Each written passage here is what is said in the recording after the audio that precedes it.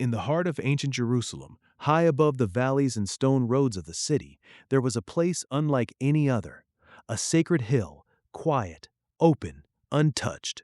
No towering walls stood there, no pillars, no altar, no gold reflecting in the sunlight, only rough stone beneath the feet of workers, and a promise made generations earlier. For years, Israel had carried the Ark of the Covenant from place to place, through wilderness, through war, through triumph and failure. But now, everything was about to change. King Solomon had one mission unlike any king before him: to build a permanent house for the Lord, a temple unlike anything the world had ever seen. A place that would become the spiritual center of Israel, a place built with precision, built with wealth, built with reverence, and built for God. The project began long before the first stone reached Jerusalem. Far from the city, workers entered the quarries. Huge blocks of limestone were marked and cut with exact measurements. Each piece had to fit perfectly before arriving at the sacred site. No rushing, no mistakes, no wasted movement. Massive sections of stone were shaped with careful hands, edges smoothed, corners aligned, surface checked again and again. The builders knew this was no ordinary construction. Every foundation block had to be prepared before the journey uphill. Mark the edge. Lift carefully. Move the next stone forward. Check the corners. Hold it there. Good. One after another, giant stones were loaded and transported toward Jerusalem, slowly, steadily. The city watched as the foundation of something extraordinary began to gather on the mountain. Then the first layer was placed, stone onto stone. The platform began to rise. Measured lines stretched across the ground. Builders worked with discipline, each block lowered with precision, each gap checked, each surface aligned, and something remarkable happened. At the Temple Mount itself, there was silence. No hammering, no iron striking stone, no violent sound. The stones had been prepared beforehand, so when they arrived, they were lowered into place almost silently, as if the mountain itself were waiting. Bring it forward, lower slowly, watch the line, a little left, hold there, perfect. Day after day the foundation expanded, terraces formed, walls grew stronger, the base widened and rose above the city. And while stone climbed upward in Jerusalem, another part of the temple was traveling from far away. In Lebanon, cedar trees were being cut, tall, straight, powerful. Some of the finest timber in the ancient world. Their scent filled the air as workers prepared each beam. King Hiram had sent them to Solomon, a royal partnership. Wood floated across the sea, then moved inland toward Jerusalem, a journey made for a sacred purpose.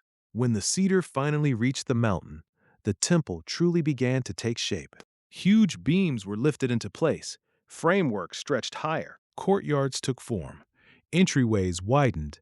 The structure was no longer just a foundation. Now it had height, depth, presence. The skyline of Jerusalem was changing. Raise the beam. Steady now. Watch the edge. Bring it higher. Lower slowly. Good. Set the next one.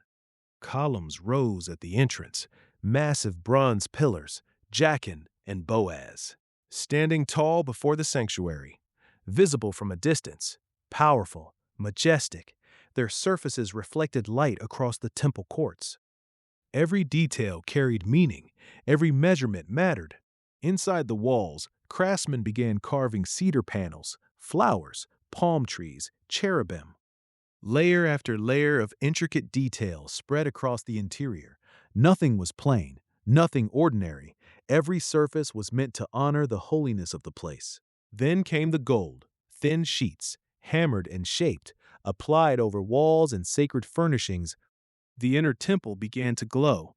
Sunlight entered through the openings and reflected across the gold surfaces. The sanctuary looked alive, warm, radiant, sacred. The builders placed the lampstands, the tables, the altar, each item carefully prepared, each object positioned with intention.